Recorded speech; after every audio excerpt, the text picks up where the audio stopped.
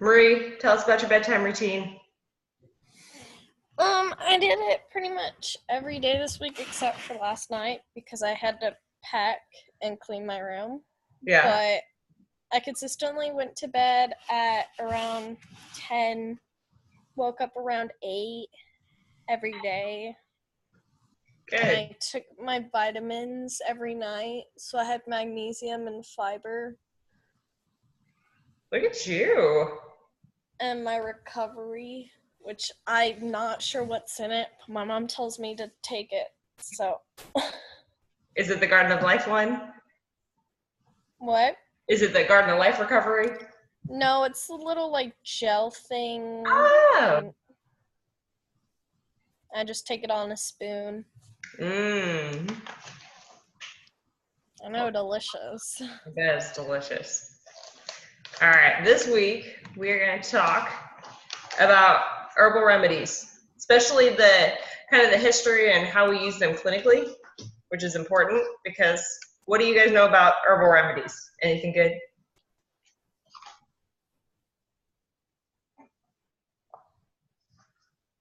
Have you ever seen them used? No. Nothing? Nothing. What about chamomile tea? Sometimes. Or let me see. What about peppermint? Yes. Yeah. Or there's all kinds of stuff. Lavender, all kinds of stuff that Oh yeah. herbal remedies are used for. So we're going to go through some of the history of it and how they're used today. So first, how long have they been used?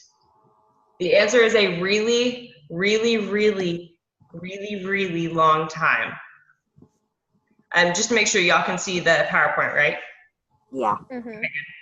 So the first one that they thought were using herbal remedies or plants as medicine was 60,000 BC in Iraq. So they found some remains, and there were some flowers found with the remains. They had yarrow, ephedra, horsetail, cornflower, althea, things that are typically used for, or were at some point used for medicine. Now they think they just like the flowers, and that's why they were buried with them. They either like the smell, or that's why they were in the cave. They weren't necessarily used for medicine, but that was the original thought for those. There's no real proof of Hey, Miss Allie. yeah. Just by the way, you're cutting in and out, so I may have to leave to reset it. Okay, sounds good. Marie, what about you? Can you hear me? Yeah. Okay, sounds good. You just jump in and out. And so 3300 BC in Austria. So there was actually a mummified remains of somebody in ice in the mountains that they found. His name, they named him Otzi, the Iceman. So if you look it up, there's all kinds of information about him. But he was actually found holding birch fungus, which is also used for medicine. And I think that's actually what he's using it for. The first written proof that we were using plants as medicine was in 2500 BC, so relatively not long afterwards in China. They actually, that one of the emperors wrote, or somebody around him or for him wrote pentasau, which means the herbal.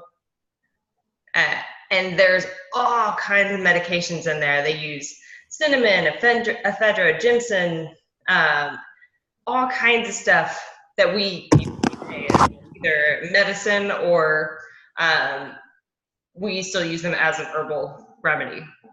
And then in Egypt, Eber's papyrus was this scroll that had tons of medication. It was used as part of medicine books for a long time. There are 700 herbal remedies in it, and a lot of them are ones that are going to look familiar, like basil, thyme. You cook with those, right?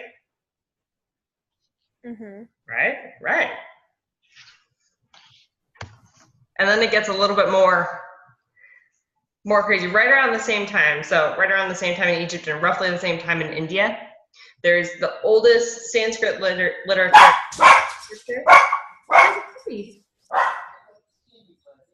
that talked about the medicinal use of spices, especially the ones that they cooked with. So nutmeg, pepper, cloves, turmeric, cardamom. They used all of those and added them in the Vedas, which is actually the oldest Hindu scripture that we have, which is really interesting that that's what they felt was important to write about.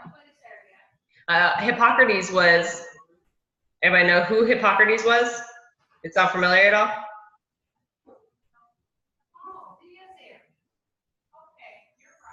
So he was the father of Western medicine. So the Hippocratic Oath actually came from Hippocrates. He lived roughly 459 to 370 BC, somewhere around there. They're not entirely sure when he died.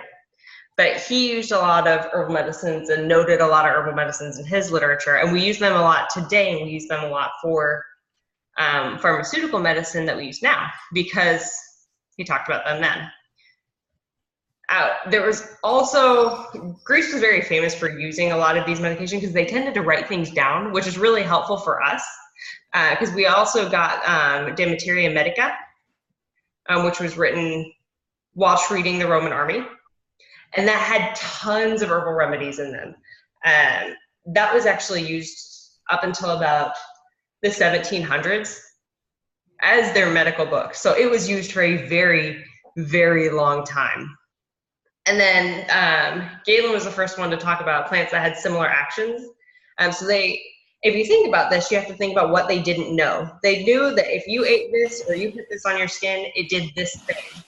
But they never really put it together why for a long time. Galen really talked about why certain plants did the same things and what might be the mechanism of action behind it. So he really got into the nitty-gritty science of how all of these worked. And in Rome, Pliny the Elder talked about 1,000 medicinal plants. Historia Naturalis was also one that was used for a very, very long time as a medical. So, for these plants, did they just take the plants and eat them and hope they worked? It's a trick question because it sounds like I want you to say no, right? It's almost exactly what they did. We didn't actually start taking out the pieces of what we thought actually made the plant work until much later. So in the 1800s, we really started pulling pieces out of those plants and isolating the components that we thought worked. So from poppies, those pretty flowers that you see in Wizard of Oz, we got morphine. In 1820, we got from cinchona, we got quinine. And then 1838 has the really interesting one because willow bark, we got salicylic acid. What salicylic acid? Or what do we get from willow bark? This was very, very important. Aspirin. So we started getting aspirin from willow bark. People were taking willow bark for pain and blood thinners way before this, but we really started isolating the piece of it and knew how it actually worked starting in the 1800s.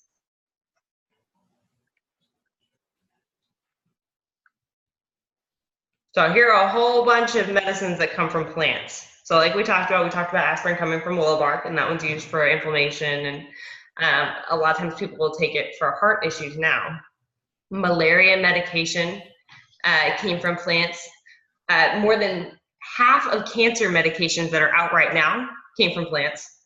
A lot of heart medications as well came from plants. Morphine came from poppies. L-Dopa, which is used for Parkinson's, also came from plants. Addison's disease, leukemia, hypertension, heart disease, all of these issues can be treated with little components that came from plants.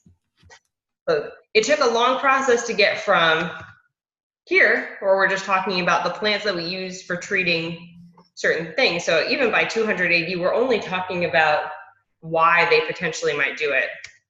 To here, we're actually taking out the pieces of the plant that actually work to treat the problem and taking them out and isolating them. So now tons of people use plants or plant components for medicine. So we talked a little bit about some of them. The top ones in the US are horehound, which is used for your throat. Normally you'll see it in cough drop type candy.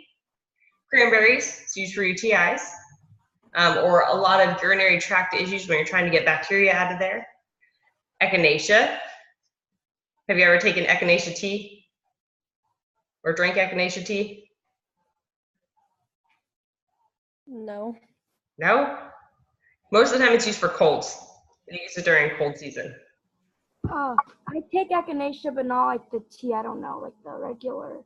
Yeah. Yeah, some people will take echinacea pills too. I take it with orange juice. Yeah. I have to myself and unmute myself. Garcinia is actually used as a Garcinia and green tea are both used for weight loss. Black cohosh is used as kind of a hormone balancer. Flaxseed is mostly used to get your good omega-3s. So if you, people who either can't have or don't have,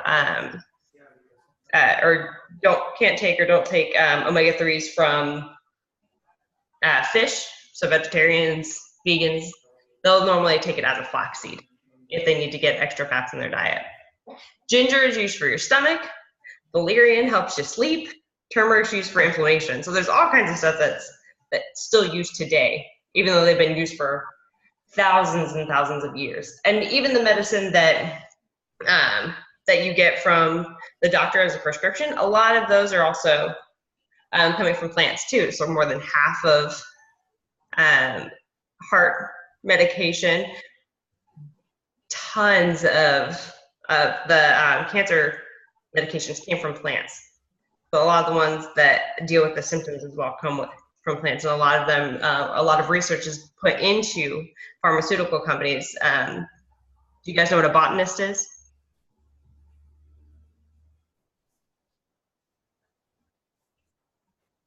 So a botanist is somebody who actually works with plants. They pick that plant apart and see how it works, why it works, what it does.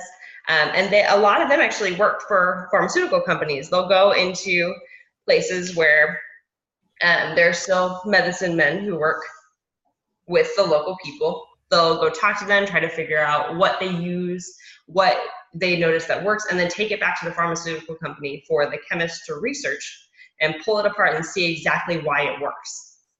And that is a huge thing for us, because that's really a mix of traditional medicine and our current medicine, and we need that mix because things have worked over the years and some things haven't. So we need to find that mix of what works well and where we can grow with that. With herbal supplements alone, so them just in their regular state, not as pharmaceutical medicine, there's $7.452 billion spent on it every year. It's actually growing a lot. People are starting to get really into it because it's so the 7.52 billion was from 2016. That's $530 million more than 2015. What would you do with $530 million?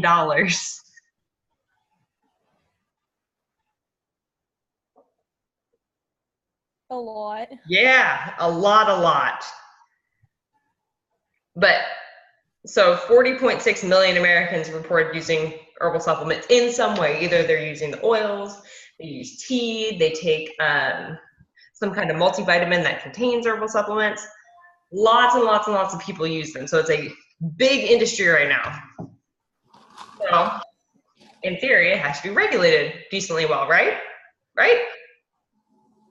So who regulates our agriculture, so our plants? So who tells us if something can be organic or not? That's Starts with a U. The USDA? Maybe. The FDA regulates more of our supplements.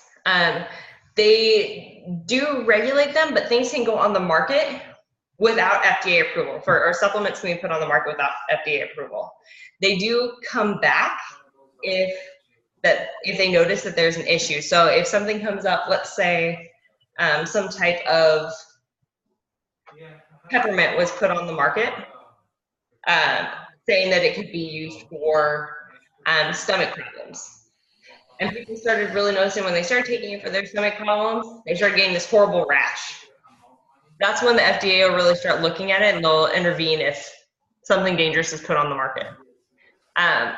The things that are allowed for the herbal medications are things you can say that a product treats a nutrient deficiency, supports your health, linked to a certain bodily function, as long as they're supporting research. Now, the research does not have to be checked by the FDA. There just has to be, have you ever seen on a supplement, it just has to say the FDA has not evaluated this claim? Yeah. That's all it has to say. Now, specific medical claims are not allowed. It can't say this treats this because this. So it can't say it treats something very specifically. It can say it treats nutrient deficiencies or supports health or is linked to a certain bodily function. So the difference would be, I can say,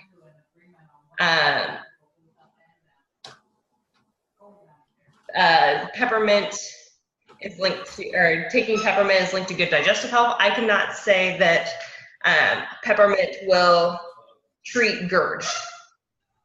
That's the difference with those. You can say very, very specific things. They'll also be checked. There's, in theory, needs to be supporting research, but it isn't checked until something goes wrong. There are supposed to be good manufacturing practices that are followed so that supplements are processed consistently and meet quality standards. Again, the FDA will not check something unless it thinks something is wrong. So unless things are coming back and something seems contaminated, most of the time the companies are on their own. On the label of an herbal supplement, you have to have the name of the supplement and the name of the product of the herb, the name, the address of the manufacturer and distributor, the ingredients, all of the ingredients. So even if there are little fillers in there, those have to be there. And the serving size, which includes the active ingredient and how much of the active ingredient is in there. So all of those have to be on there for those to be put on the market. They have to be on the label, which is very, very important. Because those are things we need to know, especially the serving size and the active ingredient. And then the label. Now, or the ingredients. Is there anything on there that you notice that doesn't need, or that should be maybe, but isn't? What other things would you look for if you're looking at a supplement?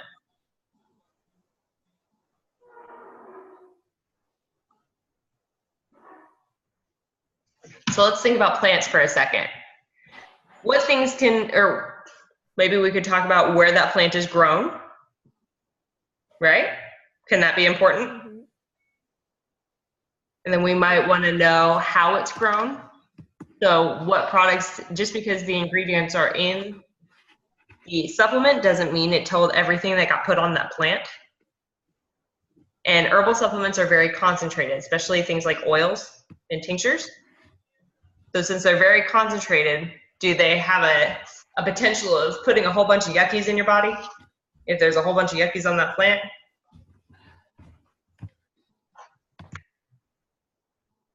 Yes. And that's something we need to watch out for. So there's a lot of information that is on the label that we need. More would be nice, but that's something we need to watch out for herbal supplements because they're not as regulated. So, but when we're doing research to go into all of these, what issues might come up when you're researching botanical medicine? What problems could potentially come up?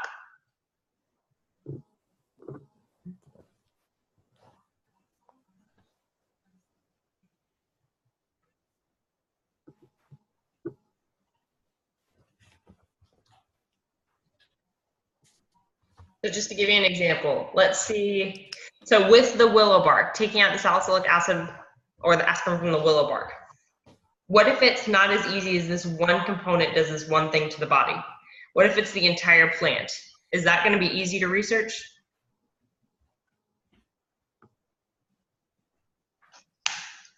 Not at all. It's a lot easier to do one thing does this one thing, so we can say it does this one thing. But what if this one thing does 5 different things?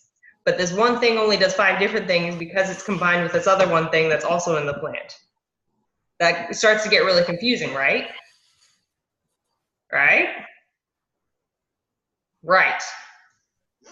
So when that starts to come up, we have to look at the complexity of that plant, and some things just aren't as easy as this one component does this one thing to the body. Sometimes it has to be a mix, which starts to get very complicated when researching botanical medicines. Now, different strains can also be an issue. There are many, many, many, many different kinds of plants. Many of them come from different areas. Many of them are used different ways. Certain botanical medicines were used differently in India than they were in China.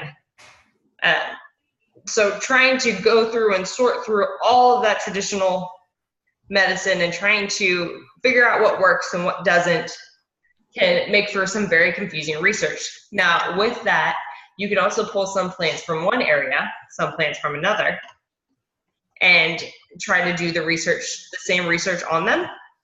It's not going to turn out the same. It also makes it difficult because what does not have to be on the label of a herbal remedy? Where that plant came from. So that starts to get very, very important and complicated when we're looking at that, because researching botanical medicine can, number one, be very complicated. It can even be more complicated than just trying to do that one component like we would for pharmaceutical research, because there's so much that goes into it and so much that has the potential to go wrong. And a lot of it we can't control because it's a plant. It's going to have different compounds in it. It's going to have different amounts in it. So that's when it starts to get really, really fuzzy and very confusing. Now for that, there are a lot of things that we need to watch when using herbal remedies. Number one, because the research is very complicated and a lot has to go into it, a lot may not be considered. So we need to watch it. It doesn't have to be completely researched before it goes on the market. Like we said, the FDA will take it off if something goes wrong. So when you're looking at them, you need to look at the dosage, potency, purity, and interactions.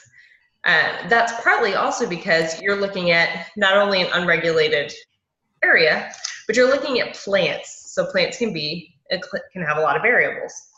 When you're looking at the dosage, does it have to say the dosage on the label? Yes. Yes, it does. But is the dosage going to be the same for all plants? Or is it going to be the same? Let's say you get a bottle full of turmeric from 2 different companies. Is the dosage necessarily going to be the same? No. No. Partly because it doesn't necessarily have to have, one doesn't have to have the same amount of turmeric as the other. One doesn't have to be as concentrated as the other. And the dosage may not necessarily be for you. So when you go to the doctor, when a prescription is written out, they have the dosage specifically for you, right? Yes. On an herbal remedy, they just have this one-size-fits-all dosage. So you have to know what works for you. And taking these medications very seriously, because like we talked about, a lot of them were used as medication.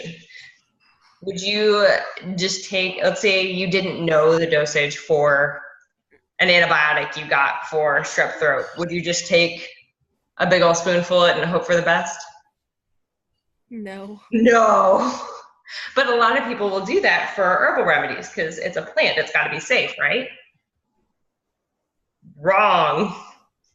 So that's something we need to watch out for. We need to watch for the dosage. And a lot of times you have to find an herbalist or a credible naturopath to find the correct dosage for you, because it's not necessarily going to be the same, or you put a whole lot of research into it. Potency is also important. Like I said, the same amount of turmeric might not be in one pill or another. So we have to look at the potency, and we have to look at how much of the active part of turmeric was actually in that plant. So it's not necessarily turmeric that does the work, it's the curcumin in it.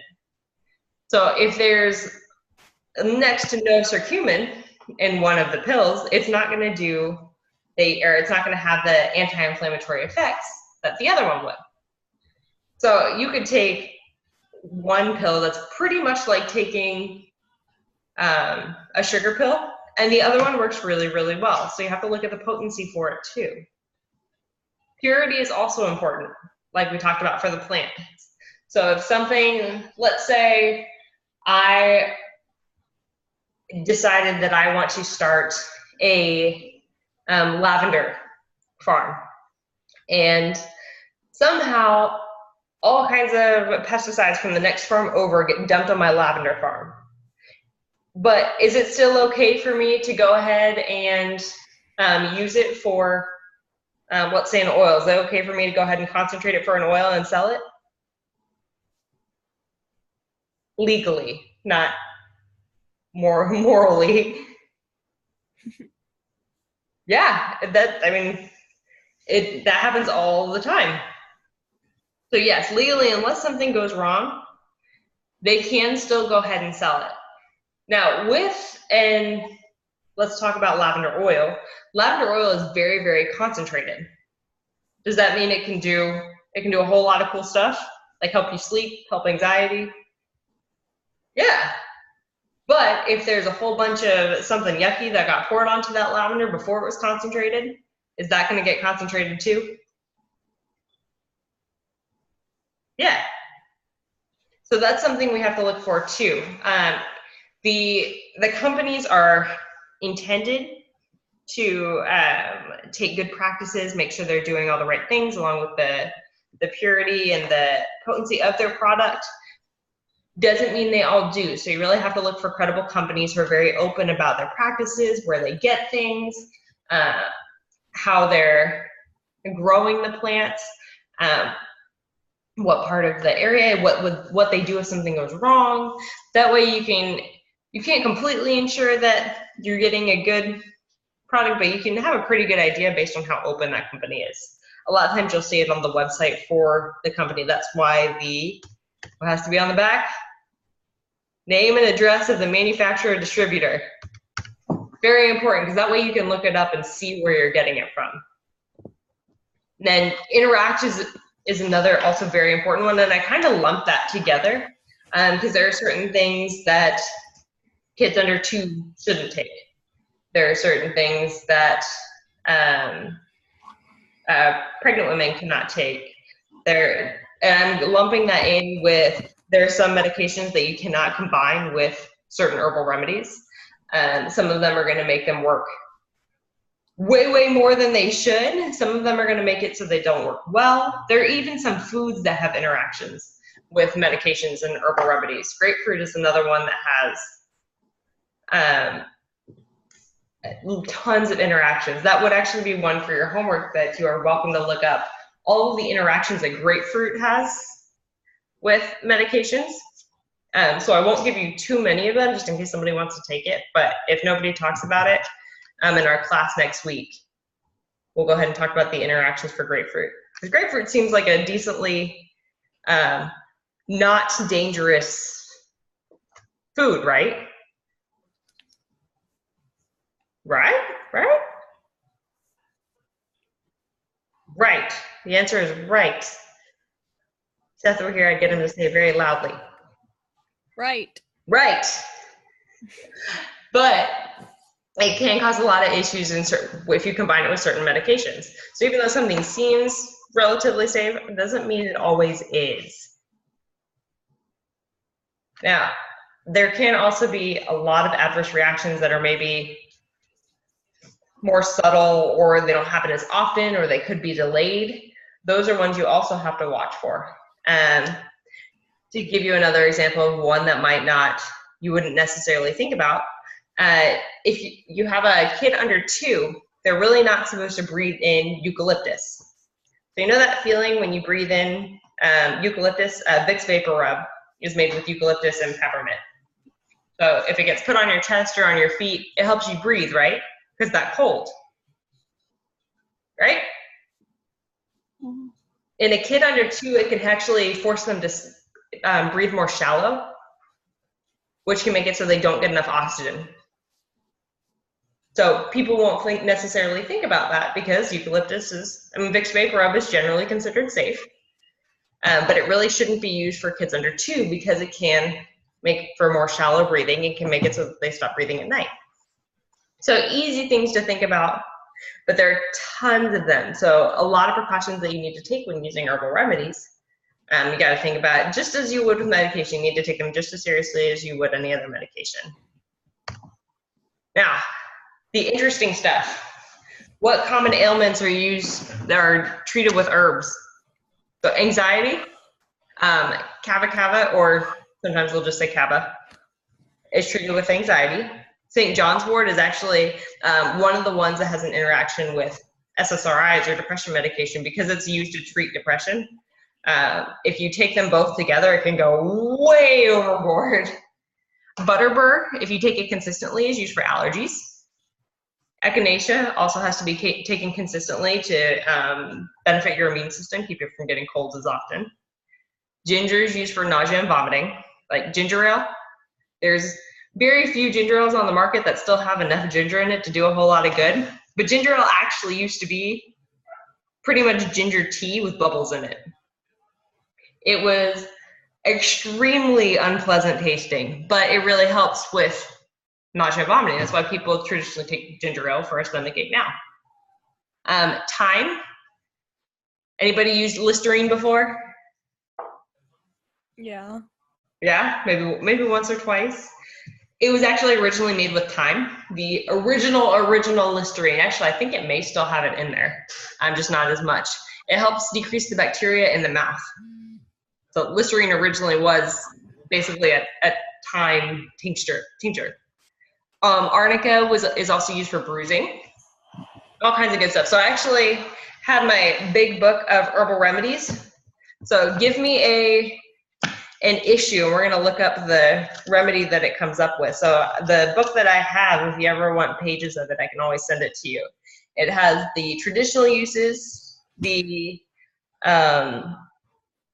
research that went into it over the last bajillion years since we've been using herbal remedies, the current research, and then what it's used for. So I want you guys each to give me either some kind of ailment or some kind of plant, and we'll see what it's used for now.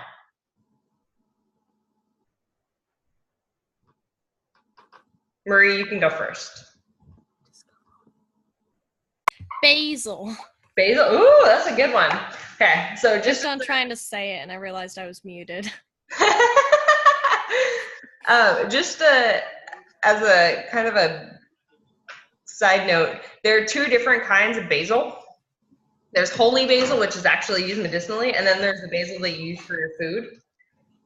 I'm going to go into holy basil because that's actually used in all kinds of good stuff. This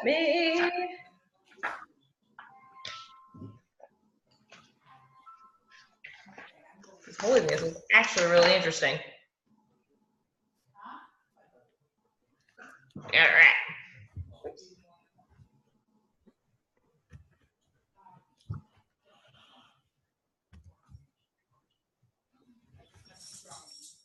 There we go.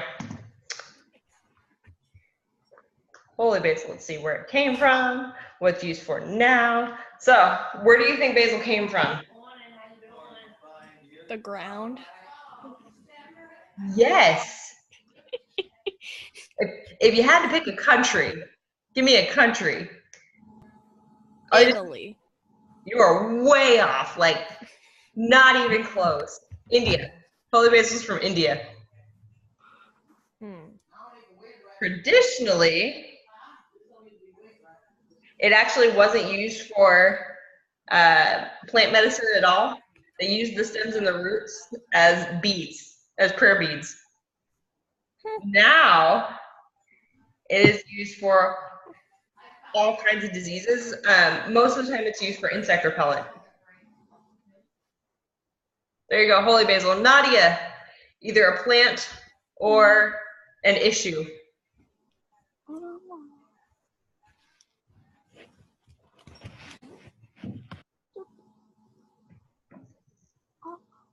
Elderberry is a plant, right? Yeah, elderberry. That's a good one. I like that one.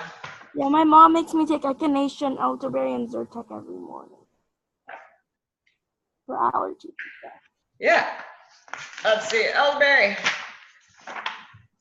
Gotta go back. It's right after echinacea.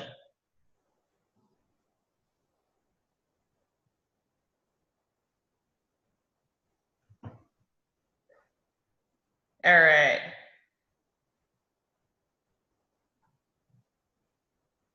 Elderberry. Actually, elderberry grew a lot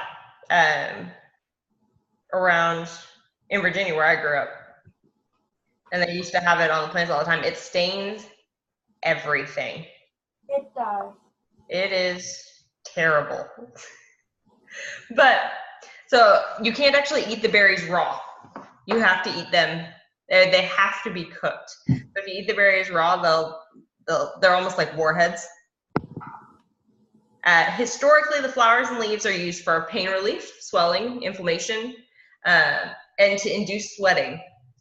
The bark on the plant was used as a diuretic, laxative, and it was used to induce vomiting if somebody ate something poisonous. They also used it later for, they used the juice and the dried or the cooked berries for the flu, infections, headaches, heart pain, nerve pain, all over the place. That one went everywhere. Now, most of the time it's used to make juice, pies, elderberry wine, things like that, but they'll use it in combination with either fighting or helping to fight cold or flu with echinacea or kombucha. Now, part of the reason that elderberry works because it has a lot of, what vitamin do berries have a lot of? That cold fighting one. It probably starts with a C. And probably vitamin C. That's part of the reason the elderberry works, is because it has a lot of the flavonoids, the vitamin C, and the phytonutrients to help fight the cold off before it becomes an issue. So there's all kinds of ailments. If you want me to send you any pages of this book, I will. And you guys can go nuts, and you may need it for part of your homework, which we'll talk about in a second. But real quick, how long have herbal remedies been used?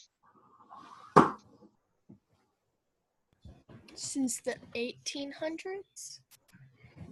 Way before. I will even accept a really, really long time. So the first time we definitively found them was 330 BC, or 300 BC, sorry. Really long time. Really long time. Who is the father of Western medicine? I kind of jumped over that and only went over it slightly, but who is the father of Western medicine? Starts with an H. Hippocrates. Hippocrates is the father of Western medicine. Remember that one. That will definitely be on your final.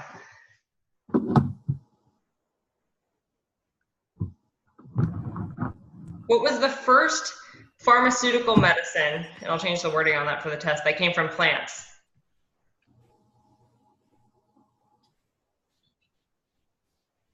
Is like Afrin? Close. You're about 30 years too late. Oh, morphine. Morphine, yes. Morphine came from poppies first in 1806.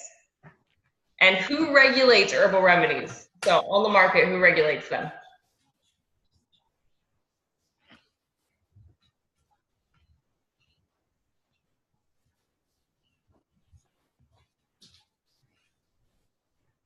Oh, y'all better get this one. I said it.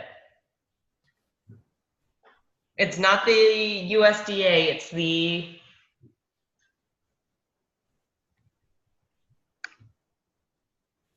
FDA? The FDA. Now, your homework. I want you to research the common uses and grab some clinical research behind one herbal remedy. Pick one, whichever you want to use. and do the common uses. So even the ones that aren't necessarily proven, just the ones, just what it's typically used for. And then the clinical uses, so what it's actually been proven to do. Oh, I had one herbal remedy. Grapefruit. I'll allow it. For that one, I also want the interactions. Okay? Okay. All right, do y'all have any questions?